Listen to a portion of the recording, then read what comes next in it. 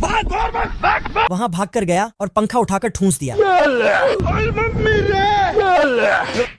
आदमी ने भी एक लात दिया और पंखा बाहर निकल गया। बड़े खतरनाक लोग हैं। तो फिर उसने पहले पंखे का डंडी निकाला और पंखे पर थूक लगाया और सेट कर दिया। क्या हुई ना बात। और फिर कॉकपिट में एरो पालने उड़ने को आया और तभी अचानक पैनल से पुर्जे उछल उछल कर बाहर आने लगे।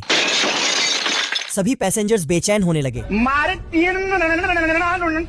तभी 10वीं पास एरो होस्टेज उनके पास आकर और